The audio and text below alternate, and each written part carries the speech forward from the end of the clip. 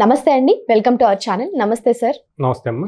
Sir ఇప్పుడు ఒక 60 years ఉన్న వాళ్ళకి మామూలుగా డయాబెటీస్ లేకపోతే ఏదైనా ప్రాబ్లంతో మీ దగ్గరకొస్తే అదొక్కటే చూస్తారా? లేకపోతే వాళ్ళకసలు ఏ ప్రాబ్లమ్ ఉందని మిగిలిన ప్రాబ్లమ్స్‌ని గూడా చూస్తారా?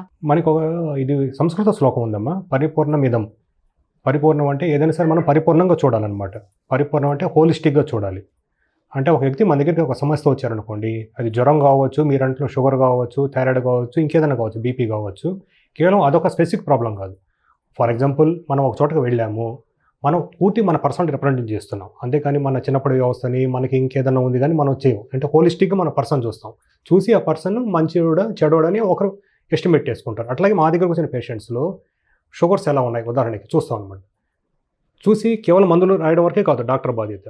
ఇంతకుముందు ఇంటర్వ్యూస్లో చెప్పినట్లు డాక్టర్ అంటే టు టీచ్, అంటే వాళ్ళకి మనం కౌన్సిలింగ్ ఇవ్వాలి, వాళ్ళని ఫాలో అప్ చేయాలి.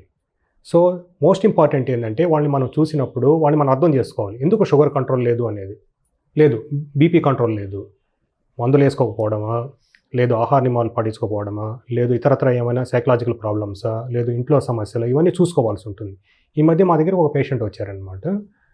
ఆమెకి వచ్చి ఒక 55 ఏళ్ళు ఉంటుంది, వాళ్ళ కూతురికి వచ్చి 32 ఏళ్ళ వయసు ఉంటుంది. ఇద్దరు వచ్చారు, చాలా దూరం నుంచి వచ్చారు, వేరే వాళ్ళు పంపించారని వచ్చారనమాట. ఆమెకి దాదాపు 7 సంవత్సరాల నుంచి షుగర్ ఉంది. ఇక్కడికి వచ్చేటప్పటికి 300 ఖాళీ కడుపు మీద, 400 తిన్న తర్వాత ఉంది, అంటే హై షుగర్. 3 నెలల యావరేజ్ కూడా ఎక్కువ ఉంది, HbA1c అంటాము.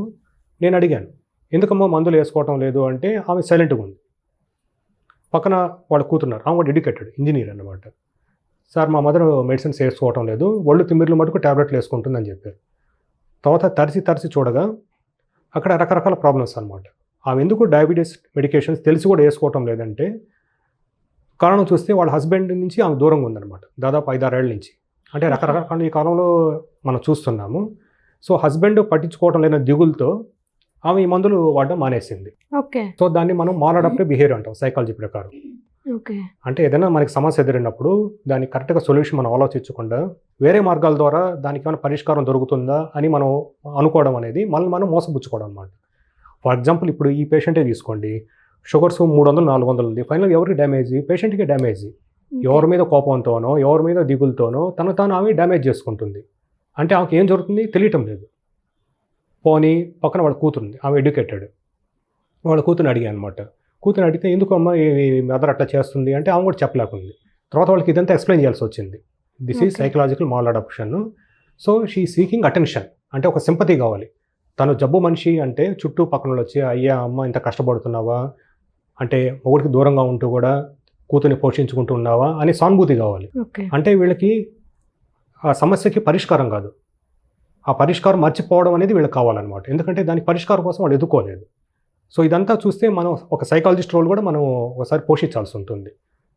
తర్వాత వాళ్ళు అడిగాను, ఏమో మీరు షుగర్ ట్రీట్మెంట్కి వస్తే ఈసారి ఏంది ఎన్ని అడుగుతున్నారని మీరు ఫీల్ అని అడిగాను. వాళ్ళు నవ్వుకుంటే ఏం లేదు సార్ ఇప్పుడు మేము హ్యాపీగా ఉన్నామని చెప్పారనమాట.